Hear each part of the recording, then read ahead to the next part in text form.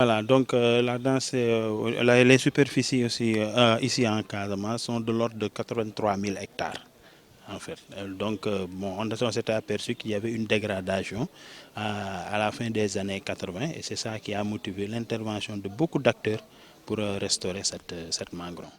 Donc, c'est pourquoi on a nombre d'acteurs en fait, qui sont très dynamiques, il faut le reconnaître, mais il est nécessaire aussi de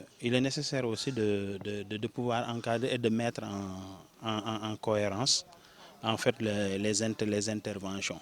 C'est pourquoi avec l'ONG UP, United Purpose, depuis l'année dernière, en fait, on fait des séries de réunions pour en fait, inviter tous les acteurs à partager leur plan de travail, ça c'est l'idéal, mais aussi de planifier ensemble pour avoir un peu plus d'efficience dans les interventions. Parce que le constat était que souvent on a des zones où il y a beaucoup d'acteurs, j'allais même dire un trop plein, alors que parallèlement dans d'autres zones qui sont très pertinentes, on n'a pas d'intervention. Donc c'est pourquoi on a utilisé cette formule de plateforme mangrove qu'on essaie de promouvoir depuis l'année dernière. Quelle sera la posture de la structure que vous dirigez justement dans cette mission qui est allouée à la plateforme? En fait, nous, notre travail, c'est juste un projet dit d'appui.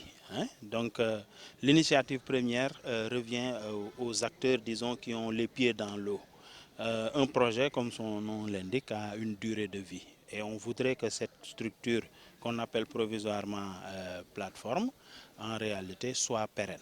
Donc nous, notre travail au niveau du projet AMP Mangrove, c'est d'accompagner par l'octroi de subventions financières, disons, d'encourager les rencontres. Mais tout le travail de fond, en fait, revient aux acteurs. Nous, on est là que pour un appui.